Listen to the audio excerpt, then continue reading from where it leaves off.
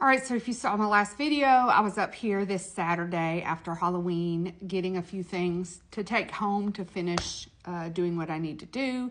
And I created a quick video of me trying different candies from Mexico. So that was fun. And I have worked and got everything together that I need to take home with me. I have my piles. So before I leave, I thought I'd answer a few questions from my students before I head back to the house and work on good old teacher stuff. So I'm gonna just reach in. Remember, I will not answer inappropriate questions or questions that are too personal. And then also, I don't have a favorite and I don't have a favorite class. So if those are asked, then you'll get the same answer from me. What is your favorite hobby you do in your free time? Good question. I like coloring. It's kind of de-stressing. I like to use the alcohol-based markers because they just feel good when you're coloring them. So I enjoy doing that. I also enjoy watching movies and TV. It's relaxing to me. So I enjoy doing that. That's a good little thing I do. And I make pens. I like to make those beaded pens. I have several actually in my trunk right now. So I'll probably bring to the classroom and maybe let y'all see them and maybe we can give them away as prizes or something. So another, who is your favorite? I don't have one. What are your top 5 biggest pet peeves? Oh, okay, my top 5. Well, number 1, I do not like being lied to. That is one of my biggest pet peeves. I just prefer honesty. Don't lie to me. That's just one of those things. Just tell the truth.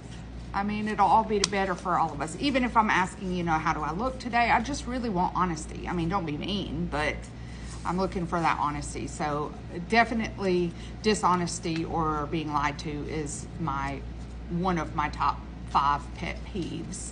Another one is the word shut up. I all the time hear it and I'm like, please, it's so harsh to me. I don't know what it is, but it really gets under my skin when I hear it. So that's another one of my things. Let's see, pet peeves.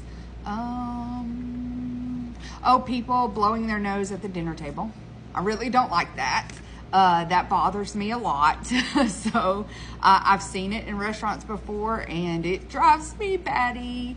I would just rather you excuse yourself and go do it away from the dinner table. Another pet peeve, 5, wow.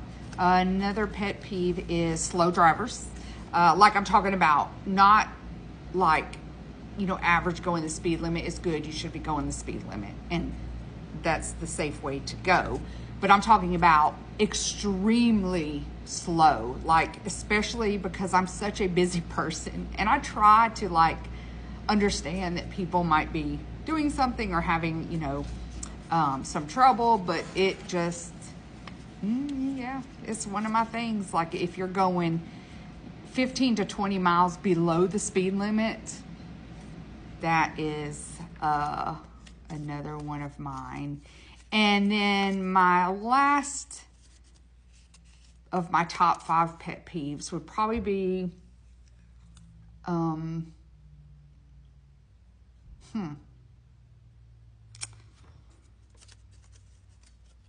would probably be just leaving a mess at someone else's house or property. You know, that's just out of respect. Just, you know, kind of cleaning up after yourself. If somebody rides in my car and they brought a drink or food with them, it's just out of respect to take it out with you, so that person you're with is not having to clean it up. In the classroom, you know, having trash around when you can just throw it away on your way out. So that would probably be another one of mine, is just the respect of other people's stuff. So yeah, very good question. What made you decide to become a 7th grade teacher? I kind of already touched base on that one on the last video, so I don't want to rehash some of the same questions. When you're upset, what do you think about? That's a good question. Man, y'all come up with some really good questions. So when I'm upset, what do I think about? I am very type A personality. So whenever I'm upset, I'm probably replaying what made me upset over and over and over in my head on what I could have done different or what I could have been better for, or if I upset somebody else, I'm replaying what I did and how I can make it right to them. So it bothers me, especially if I've done something that has upset somebody else, or I've done something that I shouldn't have done. I kind of beat myself up over it. Or if it was something done to me, or somebody did something to me, I'm replaying that over and over and over to make sure, you know, is there something that I could have done better to keep that from happening? Or what can I do in the future to make sure that that doesn't happen to me? So it kind of does that. And as a teacher, I replay my days all the time. What can I do better tomorrow? What decisions can I make to be better tomorrow? Or if I had some classes with an activity that I did that it just didn't work, I might be a little upset at myself, like, man, but I try not to beat myself up too much. I'd rather just replay that. Okay, how could I have done that differently? What can I learn from that? Because I honestly believe that I will be learning until the day that I die. And if I'm not learning and growing, I am not being my best self. So even when I'm upset, especially when I'm upset, I'm replaying that.